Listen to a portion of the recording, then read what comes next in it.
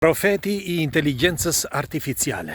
Ndiqeni me kujdes. Në vitin 2024 doli një dokument nga shërbimet sekrete amerikane për sigurinë e shtetit amerikan dhe për sigurinë e botës. Një dokument i vogël, i cili ka emrin ose mban titullin 13F, pra 13F. Çfarë është ky dokument? Tani po ja u tregoj. Si gjithmonë kush është rastësisht nëse nuk e keni bërë ende lidhuni me këtë faqe që të shihemi sërish dhe faleminderit që jemi për bashk. Këtë dokument e bëri një djalosh i ri, një tip i quajtur Leopold Aschenberger, që është një programator kompjuterash, programator të aplikacioneve dhe ishte ai që e mori OpenAI. Shumë pak flitet për këtë sepse ishte një nga njerëzit kryesor të OpenAI në vitin 2019. Pra atëre kur më vonë thërritën edhe Mira Muratin. Tani kush ishte detyra e këtij? Dijeni me kujdes se është vërtet e rëndësishme kjo. Cila ishte detyra e Leopoldit? Leopoldi ka lindur në Gjermani, është një djalë me norma, është si gjithmonë gjerman dhe ai nëse thot diçka është kështu dhe kaq. Atëre edhe nga ato çka ka bërë deri tani tregon haptazi që ai ishte me të vërtet një gjerman. Atëre ai në vitin 2019 kur e thërritën në OpenAI i dhan detyrën që ai vetëm të ruante sistemin. Me një fjalë, të shikonte se kush mund të ishin problemet e OpenAI, pra të inteligjencë artificiale të parës, inteligjencë artificiale si e njohim sot. Me një fjalë sepse inteligjenca artificiale lindi pas viteve 1960, algoritmet po flasim, dhe pastaj ajo u sintetizua tani dhe u bë në këtë mënyrë si po e shohim sot, që ka një, le të themi, një mënyrë tjetër pra të punuarit. Dhe kjo ishte detyra e tij. Ai çfarë bëri? Pas disa muajsh që bënte pjesë aty pra në OpenAI, bëri një mbledhje dhe gjatë mbledhjes ai tha, kujdes tha, sepse ky lloj sistemi ka një problem madhor që mund të vjedhin informacionet. Mirë po, në vend që ta lavdëronin, e shkarkuan që ditën tjetër, me njerë. Atëre lind pyetja pse shkarkuan dhe kush? Ndiqeni si ju thash. Tani dëgjojeni këtë. Ai kishte zbuluar që me anë të një sistemi, sepse duhet të dini që çdo lloj aplikacioni ose çdo sistem, algoritmi ka një numër me një fjalë matematikor dhe me shifra dhe me numra. Pra shifra, shkronja e tjerë, që bëhen ose me Java, me fjalë Java si quhet zakonisht, ose me një lloj programi tjetër që është më inovativ. Por sidoqoftë ai kod mund të kopjohet dhe mund ta bësh në pafundësi, me fjalë të ndërtosh një tjetër OpenAI, pra për afërsisht si AI. Dhe çfarë do të thotë kjo? Duhet të dini që për të ndërtuar inteligjencën artificiale, të parë inteligjencën artificiale me OpenAI, pra ChatGPT, u deshën 15 miliard dollar. Dhe ai çfarë kishte bërë? Ai, pra ky Leopoldi, ai kuptoi që nëse do të vidhnin pra atë kodin, mund të replikonin, pra të bënin një tjetër OpenAI, por në një formë tjetër. Dhe pyetja është pse nuk e frenuan? Dhe pse e klasifikuan si një tradhtar, si mund t'jot, për çfarë arsye? Mos ndoshta këta punojnë të gjithë bashk, sepse do ju them se çfarë ndodhi. Fill pas kësaj, pas një vite gjysmë, Kina bëri pothuaj të njëjtin aplikacion, pra të njëjtën gjë. Bëri një tjetër shpiku, një tjetër gjoja, shpiku një tjetër inteligjencë artificiale të tipit saj dhe e bëri me pagesë fillimisht. Pastaj shpiku edhe dy të tjerë akoma dhe deri tani ka bërë ai që ka dalë tani para një muaji, është një aplikacion, një sistem, le të themi, me inteligjencë artificiale që ti e përdor gratis. Pra nuk ke pse e paguan, por e përdor gratis.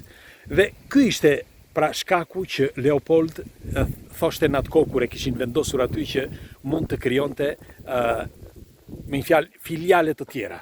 Mirë po, ku qëndron sekreti? Sepse duhet të dini se ka diçka, nëse shteti apo vetë kompania nuk e frenon një gjë të tillë, pra vjedhjen e këtyre informacioneve, pra të këtij çelësi, si mund të quhet. Atëre, pse duhet ta lënë? E keni pyetur ndonjëherë veten pse? Sepse të njëjtin gjë bëri edhe Arabia Saudite, por Arabia Saudite pagoi disa tarë, tha do ta bëjmë, por prafërsisht ju do t'ju marrin vetëm disa, me fjalë që të bazohemi në disa nga këto çelca, pra të bënin chatin dhe e bën. Por e bën me fjalë duke paguar. Por Kina vetëm e replikoi dhe pyetja është pse? Pikërisht për këtë pra. Siç u thash në vitin 2024 u bë ky protokolli që gjoja, që ky Leopoldi ishte tregonte për jo sigurin, pra për rrezikun e sigurisë të inteligjencës artificiale. Po kush janë tani pikat kryesore? Sepse siç e shkarkuan atë nga detyra, pikërisht ai sapo u shkarkua nga detyra, bëri një parashikim. Ndaj thash dhe në fillim që është ky profeti i së ardhmes. Ai bëri një parashikim që të gjitha sistemet që po përdoren sot e inteligjencës artificiale nuk është se nuk janë të mira, por do të anashkalohen dhe do të jetë krejt ndryshe inteligjencë artificiale në të ardhmen.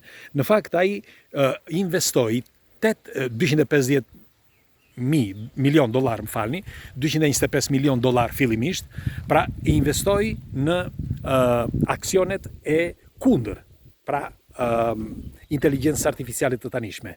Jo sepse ai ishte kundër, por pikërisht pra të sistemeve që përdoren sot. Sepse si që thash në fillim, ai është gjerman. Ai thotë që është kështu dhe kaq. Pra ai paralajmëroi që këto mund të vjedhin. Atëherë lind pyetja pse? Do t'ja u them, por prisni dhe pak. Do t'ja u them pse i lënë që t'i vjedhin. Dhe si përfundim, këta, pra ky bëri një investim $225 milion. E dini se sa shkoi në një kohë shumë të shkurtër, brenda një kohë shumë të shkurtër ai investim shkoi në $8 miliard, sepse parashikimi i tij është vërtet thelbësor dhe është një nga më të mëdhenjt parashikimet e më të mëdha të inteligjencës artificiale që janë bërë deri tani. Në fakt, po ta shikoni, këtë djalosh që është një, siç ju thash, një djalosh i ri, nuk di sa vjeç është tani, por Leopold Aschenberger, një gjë e tillë. Aschenberger. Leopold Aschenberger.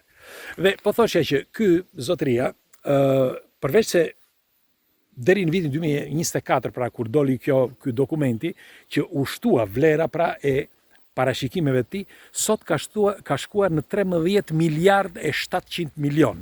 T'ja u përsëris, 13 miliard e 700 milion. Pra parashikimi që ai ka bërë, kanë investuar edhe investitorë të tjerë që janë të bindur që atë çka thot ai janë të vërteta. Tani, pse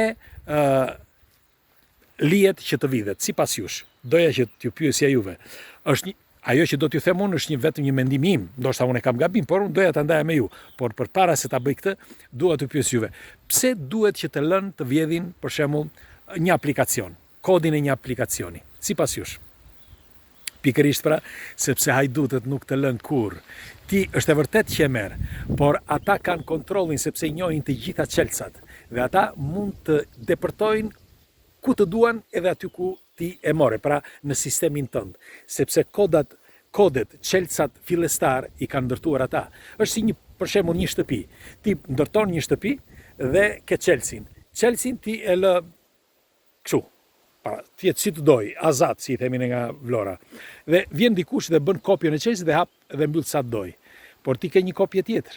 Dhe ti ke dyer dhe dritare apo dhoma të tjera që ti di, sepse ti e ke bërë fillimisht shtëpinë dhe ti e di se si mund të futesh në dhomë, në kuzhinë apo ku ta di unë, apo në bodrume ku ke ndërtuar shtëpinë. Pra, me pak fjalë, në Amerikë, ata që ndërtuan, pra inteligjencën artificiale, janë shumë herë më të zgjuar se sa nga Leopoldi ose edhe nga kinezët. Sepse Leopoldi bëri punën e vet. Ai thotë që kjo është detyra ime dhe unë e bëra detyrën ashtu siç duhej. Por nga ana tjetër ai nuk e kupton që shërbimet sekrete kërkojnë pikërisht që dikush t'i marrë ato çelësa, në mënyrë që nesër ta kontrollojnë dhe të jetë jo vetëm i kontrolluar, por mund ta bllokojnë kur të duan. Dhe mund të bëjnë ç'të duan me të. Megjithatë, ka disa që pretendojnë që janë të gjithë bashkë dhe edhe në biznese, në inteligjencë artificiale, në kompjutera, në çfarë të doni ju, në investime, dhe dikush thotë që ata që kontrollojnë botën, që janë një lob i vetëm, kanë lidhjet e tyre dhe janë të gjithë bashkë. Mirë po, unë nuk besoj në këtë, unë besoj më shumë të kësaj që ju fola sot, që është vetëm një kontroll që bëhet nga baza, pra nga sistemi që e ndërtoi fillimisht.